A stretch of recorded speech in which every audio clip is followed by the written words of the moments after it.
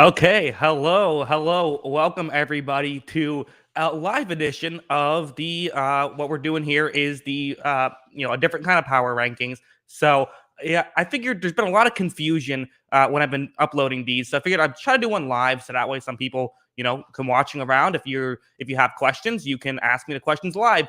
I think this should be a fun way to do it. So definitely feel free to ask any questions in the chat live about this kind of stuff. Should be fun. If this is your first time watching, whether this is live or after the fact, the way that I do something like this is basically the way it works is that I've created a formula for what typically equates to wins for a football team. It's certain position groups are valued differently because certain positions matter more. I'm now using Pro Football Focus's grades to determine how many where you rank in each position group, and then see where you place there. Also should mention, doing a one-man show here, not exactly my forte because don't do this that often.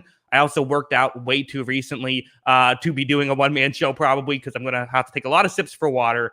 But this is, I think this should be fun. We have Scott B in the chat. Jackson is doing it live, so he doesn't have to read all the WTH, this ranking sucks. You don't know football later. That's a part of it. Yeah. And I also like based Zuckerberg. He'll definitely still get those comments. LOL. Yep. Both very true. So, okay. Again, it's a little bit complicated, but let's just get into the rankings. So here we go. Think this is, let me know if you can't see this perfectly. Think this should be good. Number one, the Dallas Cowboys. Yes, the Dallas Cowboys are number one. Still, they were number one last week. They did drop a little bit. They had 15 wins last week, dropped to 14.12. A big part of this is, listen, you look at their offense, they ran the table. Tier 1 all the way across the board with their offense. That's going to get you pretty high up on the list because I weigh offense a lot more valuable than defense. Let me just get a drink real quick. All right, man. How do people do this live? I must get very good at talking a lot without drinking much water. But yeah, I think that the clear issue with the Dallas Cowboys is their defense. Their defense, not the best. I mean, coverage has been okay. And honestly, that's a big upgrade from what we expected. And to me, the biggest standout for the Dallas Cowboys is their running game. 2.5 wins for their running game. Is that going to hold up? Because it's been very good so far. But will it hold up or will it drop off? Because if it just goes to tier 2, that's only 0.63. So that's a big drop off. Number 2, we have the Arizona Cardinals, which are a team that I think some people will be mad are not team 1. But again, this is not predicting anything in the future. This is how you played through 6 weeks. I mean, they've won every game, and a 13-win team, that's pretty good. Got tier 2 offensive line, very good. Tier 1 quarterback, very good, obviously, and tier 1 receiving room is very good as well. So you have these, 3 very important positions in the offense, all you're knocking out of the park. So right away, that's going to be it. Also, something in the chat, Cowboys should get -2 wins for coaching. That's actually fair. And I typically will give you about -1.5 to +1.5 wins compared for coaching. I actually have liked the Dallas coaching, to be honest, in terms of X's and O's, but definitely McCarthy's has struggled on the game management stuff for sure. But yeah, keep in mind, this does not include coaching, only, talent that you have on the team. So back to Arizona. The only real issues of this team, I mean, listen, tier 1 coverage, tier 1 pass rush, a lot of tier 1s for Arizona. The issue has still been like the run defense and running game. It doesn't give you a lot there, but you can survive with that. And clearly they've not just survived, but thrived with it. They're number 2. Number 3 is where we start getting some surprises, right? The Minnesota Vikings at number 3. What's going on here? Why are the Vikings so high? Again, what's interesting about the Vikings is if you think about their, how things have went, everyone agrees the Cardinals should be a top 2. Most people would probably put them at top 1. The Vikings had the Cardinals dead to rights here. They were about to win, and then there was a missed field goal, which, listen, that's a part of football, but that's an interesting element, I think. Kirk Cousins being tier 1. In fact, what's interesting is all of these top 5 teams are the 5 tier 1 quarterbacks. I just realized that right now, but that's very fascinating. You definitely notice a trend there. I mean, listen, the tier 1 coverage for the Vikings, I don't know if that's going to continue. tier one pass rush, I don't know if that's going to continue. So that's probably where some of their wins are going. And like we kind of talked about, coaching does come into play here, where I do think they haven't coached their way up to 12.76 wins. So that's kind of an interesting thing. Scott B, WTF, Vikings 3. This ranking sucks. You don't know football. Unsubbed, blocked, and reported. Yes, very good stuff, Scott B. You're doing a great job of imitating what I'm sure people will say. But yeah, I mean, listen, Kirk Cousins being a tier one quarterback, people are going to laugh at that. Cousins has legit been an MVP candidate through 6 weeks of the season. Like he's, to me, if I had to pick the MVP candidates, it's probably Brady, Kyler, and Cousins. Like those are probably the three. You could throw Derek Carr in there if you want to as well. So like I think, again, just through 6 weeks, Cousins has been awesome, and he's keeping his team afloat. The issue with the Vikings, too, is their schedule is brutal. So even though I think they're a playoff team, I just don't know if they can coach it that way, and I don't know if the schedule will allow them to get in. Number 4, the Las Vegas Raiders. Horrible offensive line, right? Offensive line, not doing them too many favors, but a lot of really good stuff later on. I mean, a tier 1 quarterback, which is awesome. You have the tier 2 receiving core, which that's an upgrade from what I thought it would be heading into this season. And then your defense, you have a tier 1 coverage and pass rush. So when you're getting all of those, chunk points right there, you're going to win some football games. And according to this, it's 12.63, which is 4th best in the NFL. I think the Raiders are probably pretty good. And I think especially if Derek Carr keeps playing at this level, which is an if, could you see Derek Carr maybe being a tier 2 quarterback instead of tier 1? That's going to lose you a win or so.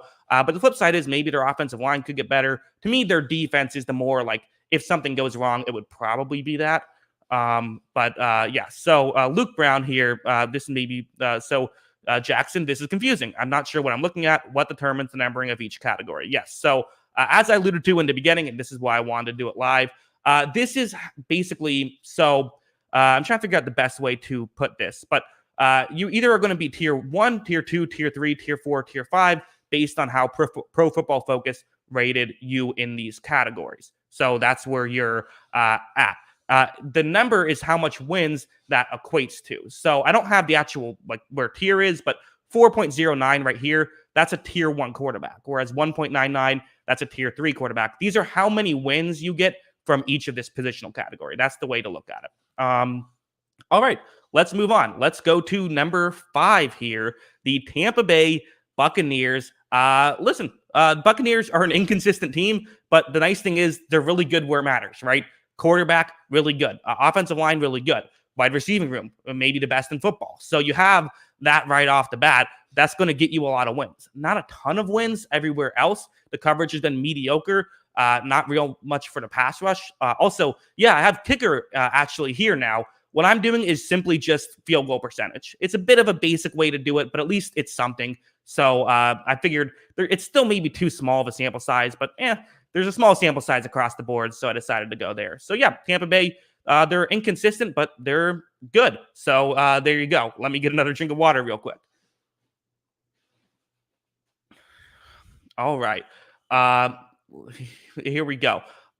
Number 6, you have the Green Bay Packers. So the Green Bay Packers, they started off really poor, right? I mean, the Green Bay Packers were one of the worst in football after week 1 because they had a horrible week 1. Since then, they've slowly been climbing up. Their tier 1 wide receiver room is very beneficial. Their tier 1 running back room is very beneficial. You also have their quarterback situation with tier 3, which I think a lot of us expect Aaron Rodgers to be tier 1 by the end of the season. So that's 2 wins added. So even if you think that maybe the running back room isn't actually tier 1, well, the flip side is you have a tier 1 quarterback that's, only getting tier 3 points. So you kind of flip those 2 around and they're still looking at like 11.89 wins. The Packers maybe haven't shown enough to be like a top team in the league just yet, but they have shown enough to be at least, like a top 6 team in the league, according to this.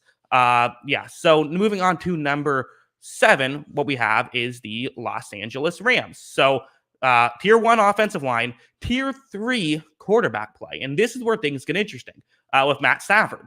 Matt Stafford is in the MVP consideration. Matt Stafford, according to PFF, isn't even a top 11 quarterback in football. So what's the disconnect here. I think the disconnect is that, like, listen, I've watched every Matt Stafford game. He has missed some throws. He hasn't been perfect. Now, he's been good. He's been a clear upgrade from Jared Goff, and I would still probably put him as tier 2 in terms of what I think his talent is. But through 6 weeks, I think it's fair to put him in tier 3. Regardless, I don't think he's been a tier 1 quarterback. That's just how I view it. So while I would say to probably give him more wins than they currently have, I don't know how much more. The good thing about the Rams, though, is they're a loaded team, right? Really good receiving core, really good run defense. That's tier 1.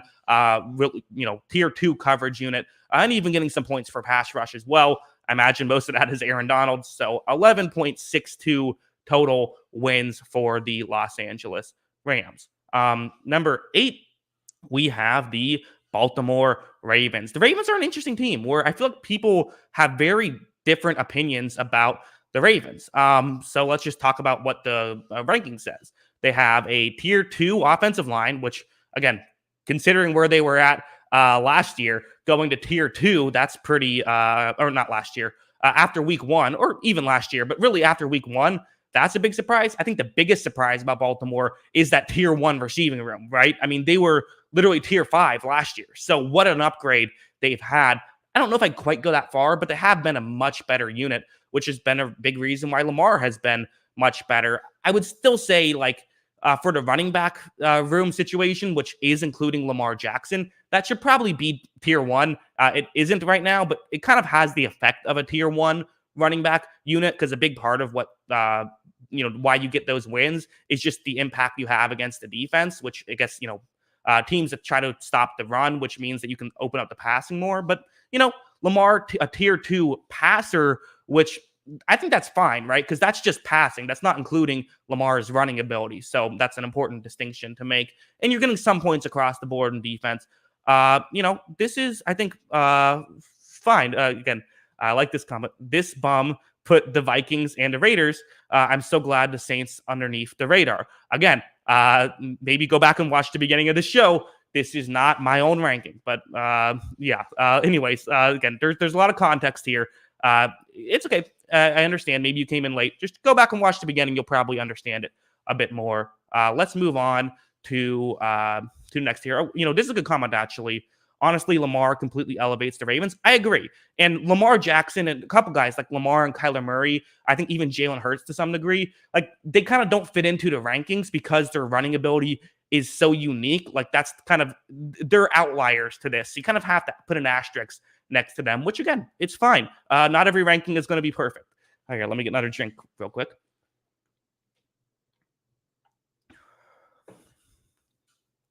All right. Number 9. Here's maybe the biggest surprise, right? Number 9, the New England Patriots, them, or like, the Vikings and Raiders being top 4. That's kind of, I think the Patriots are certainly one of the biggest surprises. Why are they this high? The biggest thing is the running back room being tier 1. And we've seen a lot of teams that, like, when, they're seem way too high or seem way too low, it's usually the running back room either is tier 1 when it shouldn't be, or isn't tier 1 when it should be. That tends to be a big reason why. I don't know. I don't think this will keep up. I think that they will fall to a tier 2 running back room, which that would then mean that you lose a couple of wins. They're at like 8.5 wins, which feels a lot more right? They feel like an average team. But if you do feel like this is an elite running back unit that towards the end of the season, teams will be going all out to try and stop and still won't be able to, well, then that's different. Couple other interesting factors here. Mac Jones, tier 2 quarterback. That's crazy for a rookie, so give him a lot of credit. So people said he had a low ceiling. Well, hey, this is a pretty high ceiling already, so that's pretty good. And then you get some points across the board, but yeah, that seems about where it is. Number 10, we have the Cincinnati Bengals here. So for Cincinnati, they are currently looking at a good team. This is kind of similar to what they were last week, but the difference is that their running back room was tier 1 and now it's tier 2, which kind of makes them feel a little bit better, right? A 9.85 win team feels a lot better than like an 11 or 12 win team. I think they were like 3rd best in football. So this feels a lot more accurate, and I would say a lot more right, but still, that's a good team. That's probably a playoff team. Number 11, we have the New Orleans Saints. The New Orleans Saints are another team where, again, receiving room getting a lot of praise from Pro Football Focus. That's a bit surprising to me. Jameis Winston currently, his box score stats are actually like really good, but he hasn't thrown the ball a lot. He's tier 4. That's probably fine. I think that's where I had him preseason. Alvin Kamara just means so much to this team. Without Kamara, this is not a playoff team. With him, they might be. They're a weird team to get fully get your finger on. Number 12, the Buffalo Bills. Now, this is going to be another one of those, like, people are going to say, whoa, number 12, the Bills. The Bills are a much better team. How could you put the Patriots above the Bills? You are a dumb idiot who knows nothing, right? That's going to be an element of this. But again, it's worth mentioning. It's only talking about those first 6 weeks. So because of that, the Bills did kind of have, Josh Allen had a rough couple of weeks, right? And so he's rebounded nicely and looked like he's going to be, the MVP candidate he was last year. But through the 6-week sample size, that's why he is currently in tier 3, which I think you could still argue should be higher. Like, same thing with the receiving room, probably should be higher. So like, there's that. The offensive line at least gets some points now. It was tier 5 last week, which was weird. So that's a big element of it. But again, if you view this and think, hey, this is wrong, it's not like, okay, the list sucks. You can just think to yourself, all right, well, they'll probably get an extra couple of wins with quarterbacks. So, throw on a couple wins there, and maybe an extra win with the offense across the board. So maybe instead of 9.76, they're maybe like a 12-win team. That makes them look a lot better. So that's kind of the way I do it. Kevin R. Cook says this is extremely flawed. Sure. Yeah, it's not supposed to be a perfect thing, but this is kind of the way it works, is you have to understand the context. But I don't know. Again, it's not supposed to be a typical power rankings show. Let me get another drink. All right, number 13, the Cleveland Browns are, they've been kind of mediocre this season. A lot of it has been due to the quarterback play being just tier 4. We expected another win there. That hasn't happened. The receiving core has been a bit underwhelming. Part of that was Odell's injury early on, but still, I would say it's been a bit underwhelming. Now, the rest of the team has been similar to what we've expected, right? Coverage has been a little bit shaky here and there, but a lot of times has been pretty good. Run defense has been good, and pass rush has gotten you some points. So, still dominant offensive line. It's really been the Baker and the receiving core that's kind of been the disappointment so far for the Cleveland Browns. Number 14, we have the Chargers. So the Chargers, another team that, they dropped a lot after their loss last week. Although, again, they're an interesting team to me, where they were always lower on this chart than I think the average power ranking show would have them. And now they've kind of, we kind of see why a little bit as those flaws got exposed a little bit. Because, for example, I think that the quarterback play is, tier 2. That's still a pretty big, compliment to Herbert, given he's in his second year. And for the offensive line, it's been solid. The wide receiving core has been solid. Coverage has still been pretty good. But this is kind of how I felt about the Chargers going in. They're good everywhere, but where are they great? And for the first, 5 weeks or so, it had been Herbert. But, when Herbert doesn't have his best day, if you're a team that is great at stuff, you can probably beat the Chargers. So that's kind of the intrigue about the Chargers, although I would probably have them above, 9.5 wins. That actually feels about right now that I think about it. All right, number 15, the Denver Broncos. So we have the Denver Broncos here. They're an interesting team, right? They're right at mediocre. Again, they've won 3 and lost 3. A lot of their good, I think, is coming from those first 3 weeks still. So that's kind of where this stuff gets interesting, and kind of maybe where you could argue it gets flawed of, we all think the Broncos will be worse than 15. But again, this is not a power rankings to predict anything. This is the power rankings to say, what have you done so far? And so far, the Broncos have, a lot of mediocre stuff. There still is talent, but the coverage unit going to tier 4, this is one we all penciled in as a tier 1 coverage unit, and it's gotten torn apart. So that's tough for the Denver Broncos. Finally, and number 16, the Kansas City Chiefs, who would, not be in a playoff spot if the season ended today and this chart is what counted, or just in general, I believe. Currently the 4th best team on this chart in the power rankings. But again, we all expect the Chiefs to get better, right? We all expect Mahomes to end up with a tier 1, quarterback grade, even though he's tier 3 right now. We all expect the receiving core to probably be tier 1, even though it's tier 2 right now. offensive line's been tier 1. So there you go. But you don't have the running game, which hasn't done a lot, the running defense, which hasn't done a lot, pass rush, which hasn't done a lot, even though they put a lot of money into that, and coverage, which has been okay, but it just can't make up for the rest of this defense. Good kicking, but this Kansas City Chiefs team really has to, I think the main thing is Mahomes does better. This is maybe a 10.5 win team, but is it a Super Bowl team? I don't know. They're going to have to play a lot better, and not just with Mahomes. So let's move on. And Mahomes played well outside of that one Jameis Winston-esque interception. So that was odd. Let's move on to the next tier here. So again, get another drink.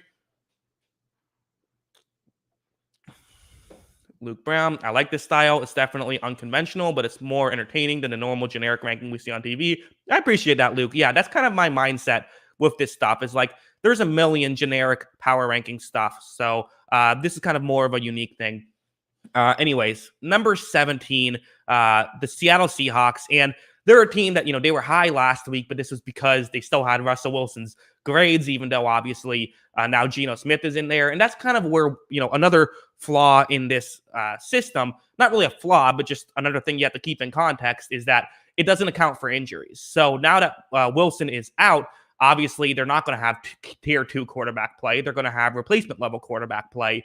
But, as of right now, this is where they're at. So receiving core has been a bit underwhelming considering the fact that they have 2 great receivers. But other than that, I mean, the Seahawks are kind of who we thought they would be, but just Russell Wilson's out, so they kind of aren't that good. I like this as well. Drinking game every time Jackson drinks drink. Listen, I constantly drink water on these, or water or beer or whatever. I constantly sip something during the podcast, but usually you have like Kyle talking, so I can get those moments. It's a lot more difficult with the one-man show. Number 18, how about the Philadelphia Eagles? Again, listen, for Philadelphia, being 18 is a huge win considered where we thought they would be, being an 8.33 win team. Now, Jalen Hurts has been like a tier 3 quarterback. That feels right to me. Offensive line's been solid. Wide receiving room, a lot better than last year. So that's good. You're getting some points in the run game. So like you're getting stuff there. The issue is their defense hasn't been spectacular. And again, what are they great at? Not really anything other than, offensive line. So that's kind of where they're at. 8.33 wins. That feels about right. Just barely below mediocre.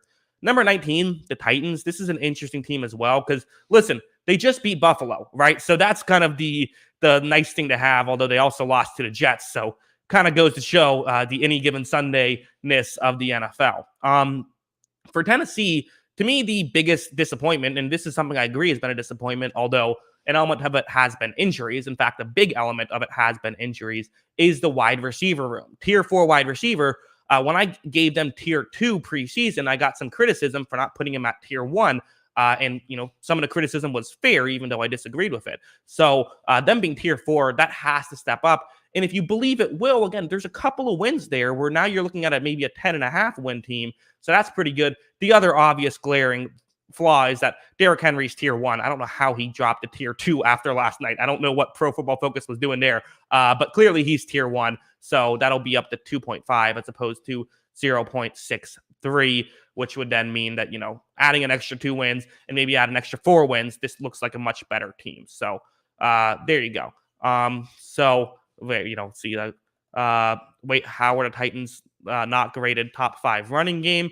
Yeah, I had the same question. Also, wait, did you make this yourself? So I made the formula myself, not the actual, where each team ranked. That was simply Pro Football Focus. I wanted to remove myself from the equation of where teams rank because I think that makes it more interesting to me. And then kicking is just kicking percentage. So that's where it is. So yeah, that's where I'm at there. Number 20, we have the 49ers who, again, they didn't play, so everything's going to be the same. Still 7 point, or I guess they probably have changed in the total wins due to, other teams going up or above. But still, we feel the same way about them as we did last week with the quarterback play at tier 5, which you hope to improve. But still, 49ers been a bit disappointing. So that's another... so here we go. Some questions like, can you explain more of the formula on Henry? I'm not sure exactly. Again, I use Pro Football Focus's grades for this. So I don't know why they have him as tier 2 instead of tier 1. You'll have to take it up with them. But again, not everything is going to be perfect. And this is kind of one of the issues I think that we have in general with like football stuff is when people see that there's a grade that they disagree with, or like, oh, you have this team at number 1, but I think that team should be number 4. What's wrong with you? We pay too much attention to what we disagree with. I think Pro Football Focus grades tend to be pretty good, but I'm sure they have a reason for why Henry is not quite a top 5 running back as of right now. And whatever that reason is, that's why they have it. So I don't know. But again, usually they're pretty good. There's going to be some flaws. Here, let me get a drink real quick. All right. So number, yeah, I'm not mad about it. Just interested. Yeah, no, I appreciate it. I was more talking just in general. Number 21, we have the Carolina Panthers. So Carolina Panthers here, very low on this list, right? Only 6.86 wins. An interesting thing about the Panthers is, Sam Darnold being tier 4. Honestly, if you were to ask me preseason, hey, Sam Darnold's going to play like a tier 4 quarterback, I would have said, wow, that's a big win. Like, good work. Like, you improved on that position. That's a good trade for you, because I didn't think he would do that. So it's almost, again, he was as high as a tier 2 quarterback at one point during the season, has fallen off a little bit. The receiving room has been the clear, like, oh my God, what happened there? I expect that to get better. So you kind of can add some wins there. Coverage unit's been good and, hasn't been challenged a ton, but when it has been challenged, it's played pretty well for the most part. So, yeah, I mean, the Panthers, I don't know if they're a great team. They really need Christian McCaffrey to make this team run. And when you lose maybe your most valuable player, like, yeah, you're not going to be a great team. But once he comes back, you can add a couple wins. Maybe they can be a potential, playoff contender if things go their way. Number 22, the Indianapolis Colts. So the Colts are another interesting team to me, right? Because, their offensive line has been so banged up. It's tier 5. We expect that to get better. And so the question is, how much better can it get? With the quarterback play being tier 3 with Carson Wentz, which again, like, you'll take that. That's pretty good. I think when I had him at tier 3, people said I was too high on him. So glad to see that he's kind of met my expectations personally. Receiving room has honestly exceeded expectations. The issue is, offensive line injuries have kind of made this team worse, and defense has not played well so far, although did play well last week. But again, against Davis Mills, how much do we give them credit for that? So that's kind of the intrigue there. Can the Colts get better? They're 2-4. They have a chance, right? And we all remember when they were 1-5 and went on to make the playoffs. That was with Andrew Luck as quarterback, but it is possible. So there you go. All right. 23, Jacksonville Jaguars. They're an interesting team as well. I mean, their running game being tier 1, that's kind of what's made this team solid. But hey, 5.76 wins, like, that's, I think, a lot better than the average person would say about Jacksonville. So that's kind of nice with them. Defense is still abysmal. It didn't play particularly well against Miami, I didn't think. It's still not great. Trevor Lawrence is continuing to grow, continuing to get better. Tier 5 feels right for the 6-game body of work, but I could easily see him by the end of the season being at least tier 4, maybe even tier 3, maybe even higher. I don't know, because he's improved a lot as this season has gone on. I made a film study about that, so you can check that out if you want to. Finally, number 24, I have to move this down a little bit just because when I'm looking at it on my screen, my camera's in the way. So the Atlanta Falcons are, again, there's some stuff that's solid about them. Matt Ryan's been solid. The receiving core being tier 5 is just such a disappointment. Again, not too much to talk about. They did not play this week, but that's kind of where they're at. Let's move on to the final 8, the bottom 8 tier here. So you have the Balls. That's the Washington football team at 25. So offensive line's been great. Good for them. Offensive line's graded very well, and I give them credit because they've done well. That's kind of all they've done well, quite frankly. I mean, they stopped the run well. They rushed the passer well, but this is just, they're a great example of, hey, if you can't cover, doesn't matter how well you rush the passer. Like, yes, they have a great defensive line, but they can't cover. A lot of people think of it as, I think the way people typically view football is if the offensive line gives a quarterback enough time, he can then throw to a receiver, and if the receiver gets open, he makes the catch. That's not exactly how it works. Usually, most of the time, the quarterback is going to have enough time to throw to his first read. It's usually when he gets to that second read or third read, that's when the pass rush comes into play. So that's kind of been the history of the Washington football team. Also, someone says, why is it blurry? I have no idea. Is it blurry, or is that just a problem with Jesse? If it's, let me know in the chat if you're having any issues or not. If you are, I can try and do what I can to fix it. I don't know what's going on there, but I'll just keep going. Number 26, we have the Chicago Bears, who, they kind of have points basically everywhere except for coverage. Coverage hasn't been great, which makes sense. They put basically no resources into, having a good coverage. But the nice thing they've done is, and this is kind of maybe what Washington should start doing more, is, hey, you put a lot of your resources to stop coverage. Well, you just trust that your good, front can stop the run and things like that. Okay, people in the chat saying it was good, so might be a problem with you, Jesse. I'm not sure what's going on there. But back to the Chicago Bears, tier 4 quarterback play. That's been with both Justin Fields. It's more of Andy Dalton, what he's done, according to PFF. Don't get mad at me, although also according to me, but that's besides the point. Wide receiver room needs to play better. It's played a little bit better as of late. Needs to play better than tier 4. So that's the way I view it. Now we have number 27, the Miami Dolphins right here. You have, offensive line's been horrible. Quarterback play's actually been tier 3. So everyone kind of talked about Tua as the question mark with the Dolphins. Well, I mean, the quarterback play's actually not been bad. Tua played well last week, I thought. He played pretty well.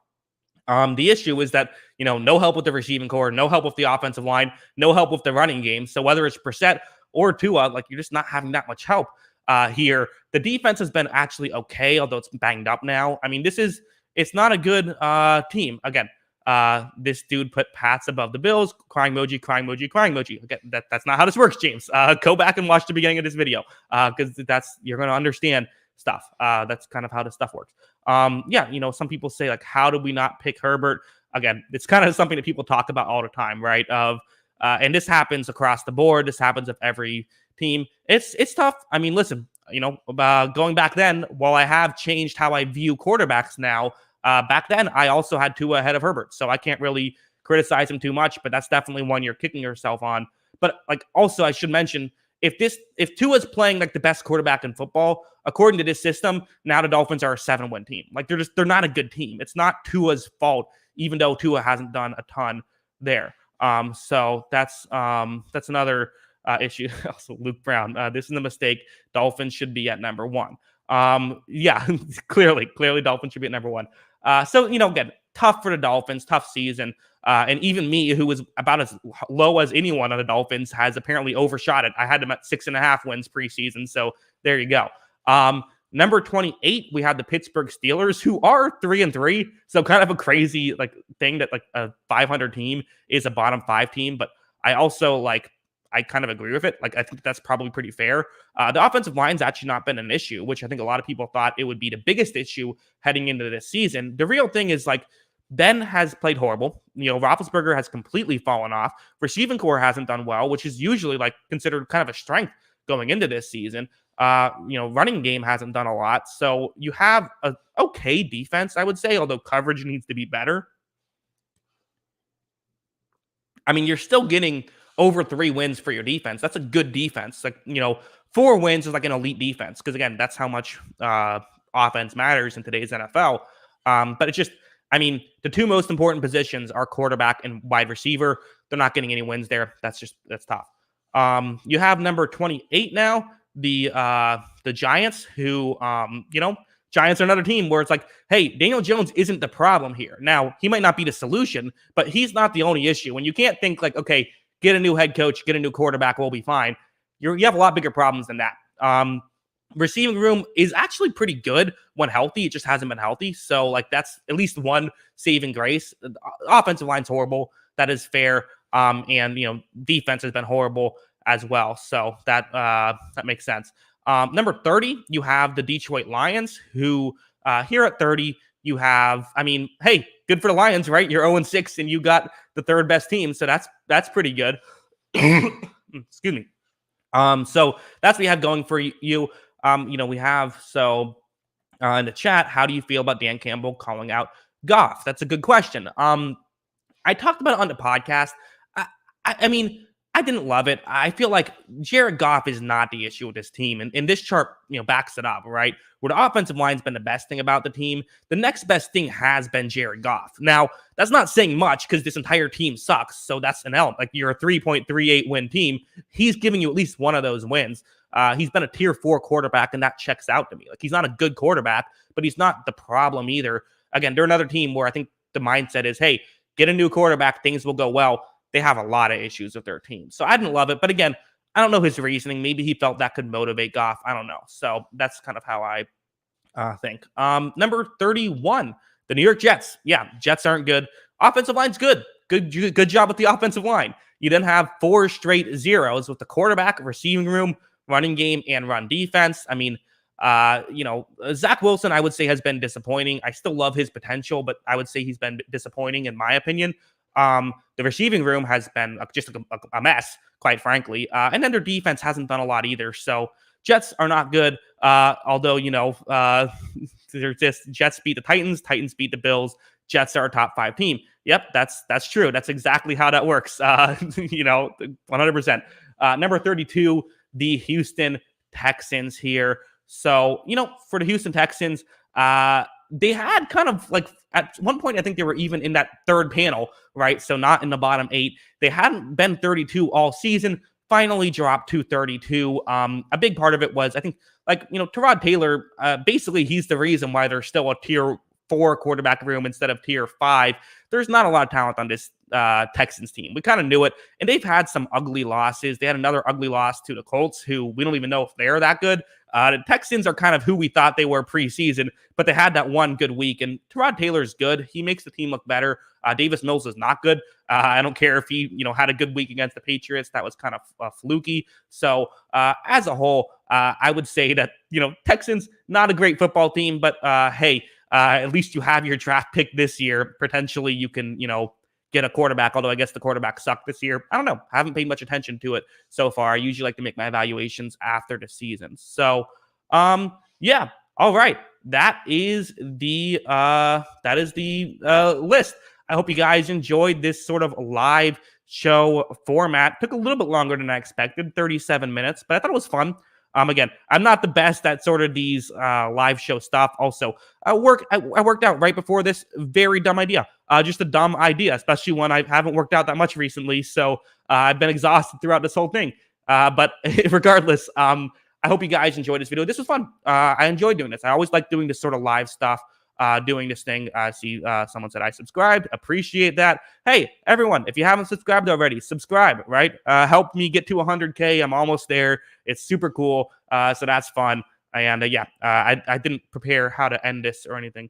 What is cov and pass rush? It's coverage and pass rush. That's what it is. Yeah, I think, next time I'm thinking about this, maybe a couple things I learned is I saw some comments saying like maybe put the tier. I think I might put what the tier is instead of just putting how many wins they got. That might make it easier to digest. So I might do that next time. But yeah, all right, cool. So that's the live show. Let me know in the comments below, because what do you like better? Do you like the live show or do you like the pre-recorded show? Let me know that in the comments below. I'm about to log off. So again, appreciate it. And of course, as always, thanks for watching.